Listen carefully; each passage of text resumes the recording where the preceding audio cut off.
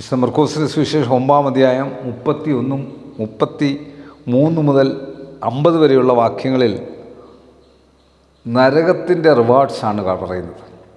അതിൽ 33 മുതൽ 41 വരെ അവൻ കഫർനഹൂമിൽ വന്ന് വീട്ടിലിരിക്കുമ്പോൾ നിങ്ങൾ വഴിയിൽ വെച്ച് തമ്മിൽ വാദിച്ച് എന്ത് എന്ന് അവരോട് ചോദിച്ചു. അവരോ തങ്ങളുടെ ഇടയിൽ വലിയവൻ ആറെന്ന് വഴിയിൽ വെച്ച് വാദിച്ചുകൊണ്ട് മിണ്ടാതിരുന്നു. അവനിരുന്ന 10 പേരെയും വിളിച്ചു. ഒരുവൻ മുമ്പനാകുവാൻ ഇച്ഛിച്ചാൽ അവൻ എല്ലാവരിലും ഒടുക്കത്തവനും എല്ലാവർക്കും ശുശ്രൂഷകനാകണമെന്ന് പറഞ്ഞു. ഒരു ശിശുവിനെ എടുത്ത് അവരുടെ കൂടെ നടുവിൽ നിർത്തി അടച്ചുകൊണ്ട് അവരോട്, ഇങ്ങനെയുള്ള ശിശുക്കളിൽ ഒന്നിനെ എൻ്റെ നാമത്തിൽ കൈക്കൊള്ളുന്നവൻ എന്നെ കൈക്കൊള്ളുന്നു, എന്നെ കൈക്കൊള്ളുന്നവൻ എന്നെയല്ല എന്നെ അയച്ചവനെ കൈക്കൊള്ളുന്നു എന്ന് പറഞ്ഞു.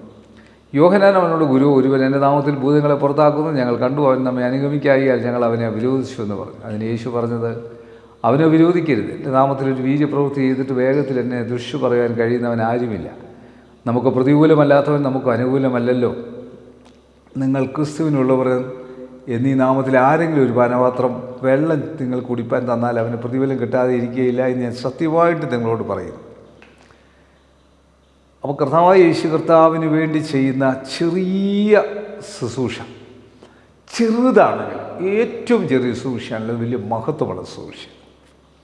ഈ വലിയവരാകാൻ ഇച്ഛിക്കുന്നതാണ് പിശാച്. അതാണ് ഒരു നരകമാണ്. ഈഗോ നമ്മളിൽ വരുമ്പോഴാണ് നമുക്ക് പ്രശ്നം വരുന്നത്. അതാണ് പ്രശ്നം. നമ്മളെ ഒരാൾ അംഗീകരിക്കുന്നില്ല, നമ്മളെ ഒരാൾ ഉൾക്കൊള്ളുന്നില്ല എന്ന് വരുമ്പോൾ വലിയ പ്രയാസമുള്ള കാര്യം. അത് പൈശാചികമാണ്, അത് നരകത്തിൻ്റെ സ്വഭാവമാണ്.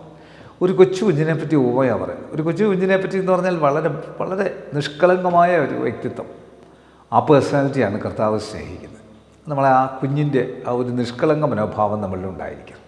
കണ്ണുകറിക്കാൻ പ്രാർത്ഥിക്കാൻ, കർത്താവ് വേദന കാണുന്ന കേൾക്കുന്ന എല്ലാവരുടെ മേലും ഈ നിഷ്കളങ്കത്വം ഉണ്ടായി ദൈവത്തിൻ്റെ പരിശുദ്ധാത്മാവ് അത്ഭുതകരമായി പ്രവർത്തിച്ച് അനുഗ്രഹിച്ച് ആശീർവദിച്ചോളും. ഈ വചനത്താൽ ഞങ്ങളെ തന്നെ ശുദ്ധീകരിക്കുവാൻ, ഞങ്ങളെ തന്നെ ചെറുതാകുവാൻ, ഏറ്റവും ചെറുതാകുവാൻ ഞങ്ങളെ തന്നെ സഹായിക്കണം, പഠിപ്പിക്കണം. ഈ വചനത്താൽ ഞങ്ങൾ ശുദ്ധീകരിക്കപ്പെടട്ടെ. നരകത്തിന് യോഗ്യരാക്കരുതേ.